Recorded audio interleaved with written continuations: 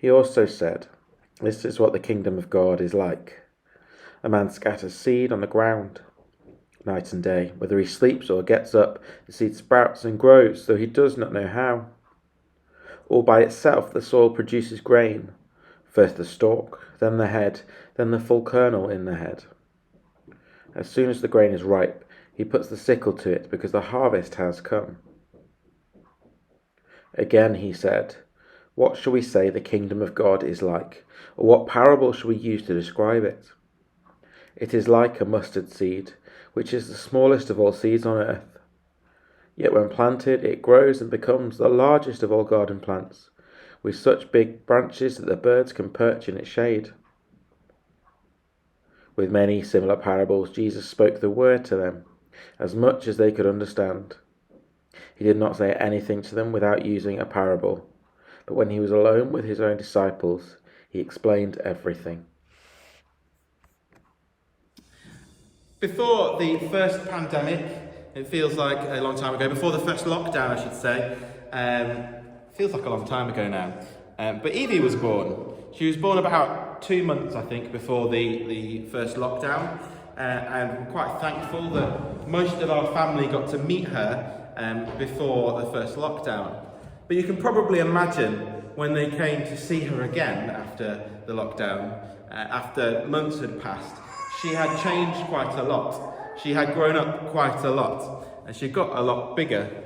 I'm sure some of you have had similar experiences of not seeing people for a while, and you come back and they've changed, or going back to visit a town that you knew well, and suddenly you go back and actually everything is different. There's many more buildings, it's grown, a bit like Fleckney is growing quite a lot. I'm sure there's people that come back to Fleckney and it's a lot bigger than it was when they last visited. This is something of what we get in our parable today. This idea of this seed that grows, this seed that continues to grow. It starts with something small and it gets bigger. And before we get into our parables, we are reminded that these parables are about the kingdom of God. Both these parables start with the words, "The kingdom of God is like," or what shall we say the kingdom of God is like? I mean, of course, the kingdom of God is not literally a mustard seed. The kingdom of God is like a mustard seed. And so we are told to listen to what the kingdom of God is like. Perhaps it is good, though, to remind ourselves what many people at that time, what many of Jesus' original listeners and Mark's original readers perhaps expected the kingdom of God to be like. How they understood the promises of God's kingdom. Because in Mark 1, we hear Jesus announce that the kingdom of God is at hand, the kingdom of God is close. And I think many of them were expecting some kind of political upheaval, some kind of perhaps even a military campaign to free themselves from the Romans. And yet what they've got does not quite match.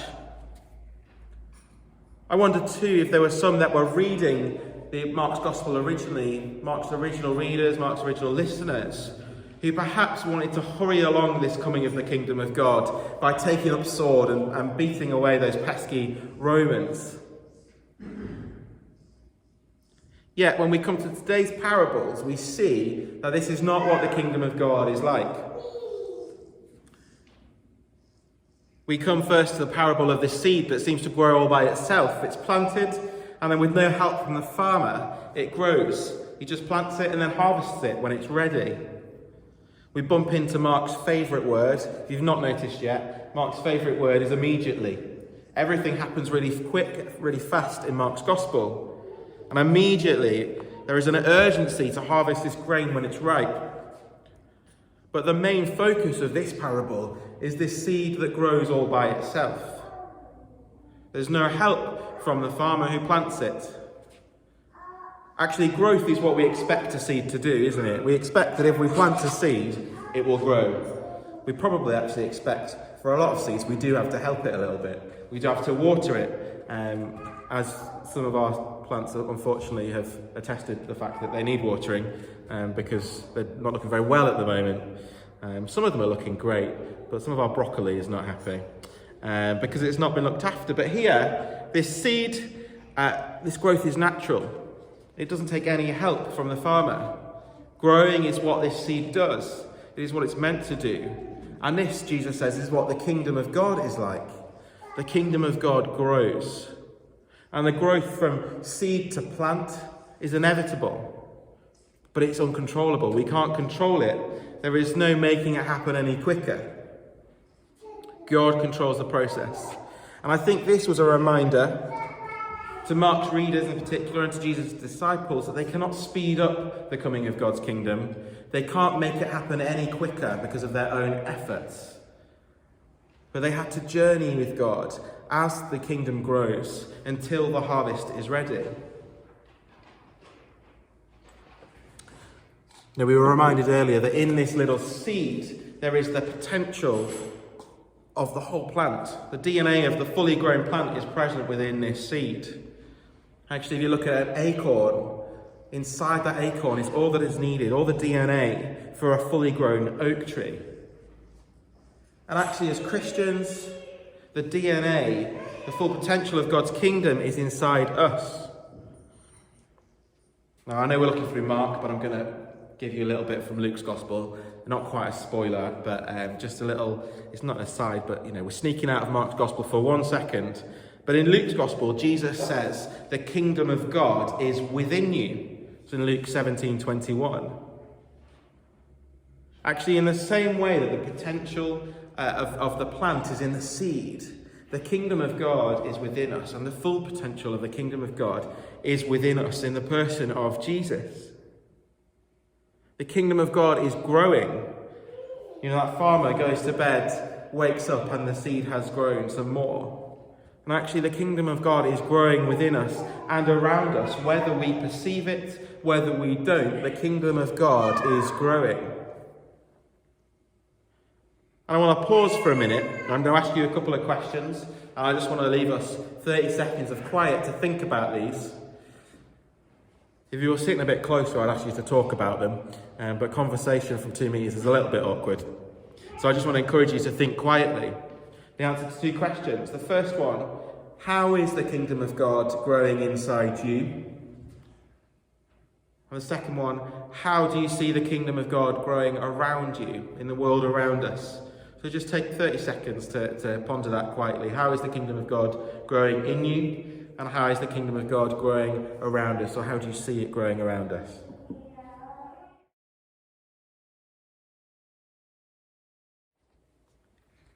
And so we come quickly to our second parable, and they tie together quite well.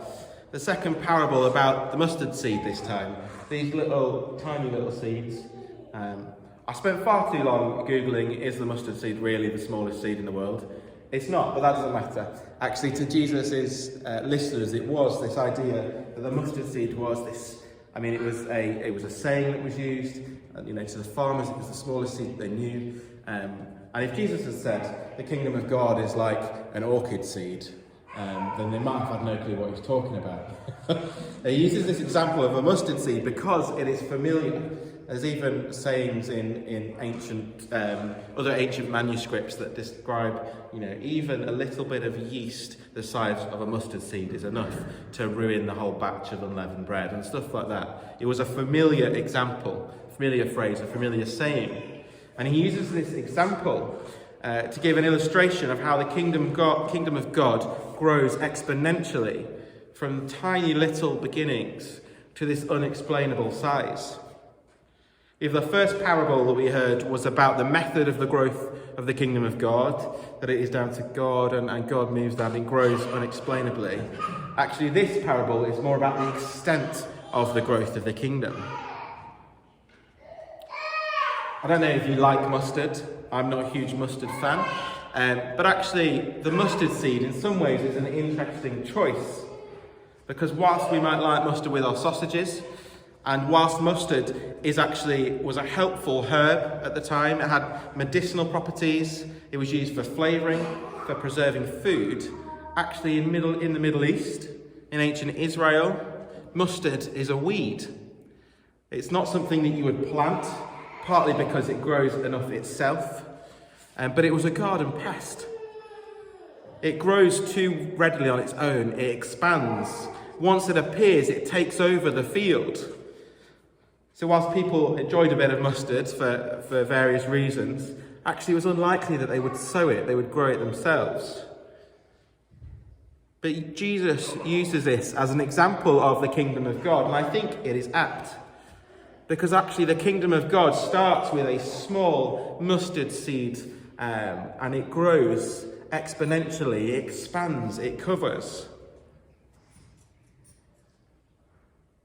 Actually, I think the church is a good picture of this in some ways. Because when we look at the church, in fact, right the way to the big person of Jesus, Jesus comes not to his full potential, but he comes as a baby. And he comes as something small, as something little. And Jesus grows and the church grows. His followers actually themselves seemed rather insignificant. They were common, they were ordinary people. Not necessarily the people that you would think of as being the beginnings of this new faith, this new following. Yet from them the church has multiplied, it has grown, it has spread out across the globe.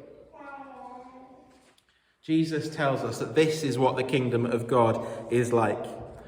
Like we said last week, it is not something that can be contained, but it is something that spreads. It is something that grows. It is something that is unstoppable, just like the mustard plant. Jesus chooses just a normal, common plant to describe how the kingdom is working its way into something large, something expansive, something that will cover this earth from the tiniest beginning. Just like the first parable, it illustrates the growth of the kingdom from something that is hidden to something that is fully visible. But I think it hints at some more features of God's reign. It presents this contrast between the smallness of the present kingdom, both then and now. I think at times we can look around us and wonder where the kingdom of God is. It might seem small, but it compares that smallness to the largeness of its fullness, when the kingdom of God comes in its fullness. Theologians talk about the now and the not yet of God's kingdom. And I don't know if you've heard that before, but it's that idea that the kingdom of God is here, but the kingdom of God is coming. Jesus says both of those things. That actually we see the kingdom of God around us, but it is not yet here in all its fullness. But the promise of these parables is that the kingdom of God is coming.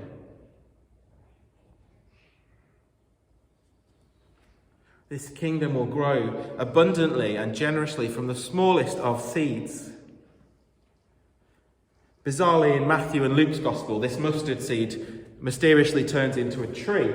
But in Mark's gospel, it stays as this shrub-like weed, this mustard plant. And that gives us a different image of the kingdom. And Mark uses this image of birds coming and nesting in the shade. And so at this point, we get this image of God's kingdom as this expansive gentleness rather than an overwhelming glory, unmissable glory found in other places. And I think both of these are true. But in Mark's gospel, we see the kingdom of God at this point described not in grand terms, but in terms of this calm, quiet beauty, this calm, quiet rest that we are invited to become part of, that we're invited to call home. As we see this image of these birds sheltering in this shadow.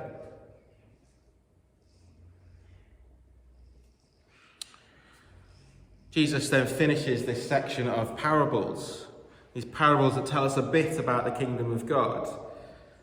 He finishes these by telling us, and Mark says, that Jesus spoke the word to them as much as they could understand using parables,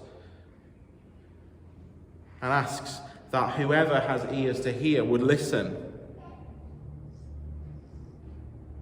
Whilst the stories, the parables we have heard over these last 3 weeks have reminded us about the inevitability of God's kingdom that has already begun, that is working within us and around us, these final verses ask us a question. They ask us a question that Jesus asks to his followers, that Mark asks to his readers, to his listeners. And the question is this, there's two actually. Questions are these. The first one is, how much of the good news of God's kingdom are we able to hear? Jesus repeats regularly, those who have ears, let them hear. The second question, I think, is once we have heard, what are we willing to do with this good news of the kingdom? Because we know that there are those that don't hear. Perhaps there are those that don't hear the good news because actually it means that we have to change. Actually, the good news is that we are free from sin, from oppression. But actually that means that we are changed, we are a new people. Actually, being part of the kingdom of God means giving up control. And as humans, it's in our nature to like being in control, isn't it? It's hard work with children because so often we are not in control. I won't admit that too many times, but so often we feel like we're not in control. And as humans, we like to be in control. But actually, being part of God's kingdom, we need to give control over to God. Maybe our ears can't hear because we have hardened our hearts on our own self-centeredness. Maybe people don't hear because actually, they know it will be difficult. It will involve change. It will involve giving up control. And so maybe there are people here that actually we need to soften our hearts again, to open our ears to the possibility of growth, the growth of the kingdom in us. This growth that means change, this growth that means letting go of control.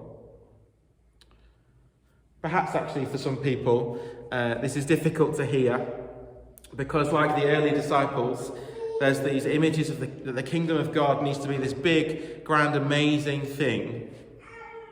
And actually the picture that Jesus has given us is something that seems to be small and insignificant. Something that grows, but it starts off small.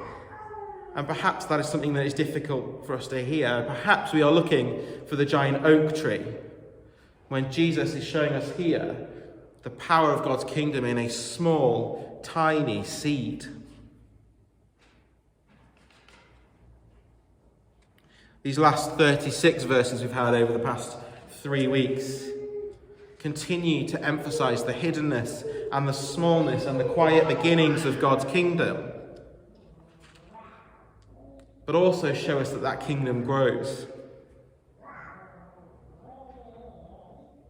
Not by anything that the sower does. In fact, the parable, the sower doesn't even seem to water these seeds.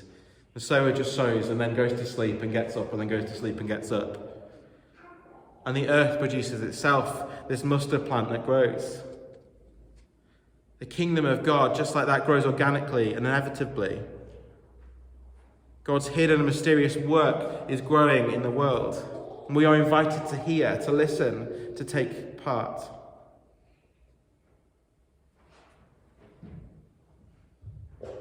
And as the kingdom grows, we are invited to take part by doing one thing, I think. And that is drawing close to Jesus. Out of that, other things will happen, of course. But we are invited to draw close to Jesus. Because as we draw close to Jesus, we begin to see through his eyes. We begin to see how the kingdom is growing and moving. As we grow close to Jesus, we find ourselves in a position that we learn more so we can understand more of the kingdom of God.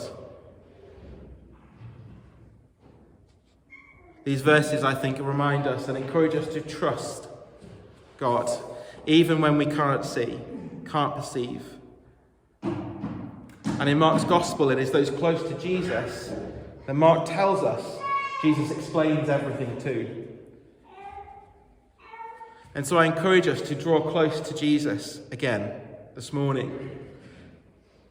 That as we draw close to him, that we will understand the goodness, the fullness of the kingdom of God.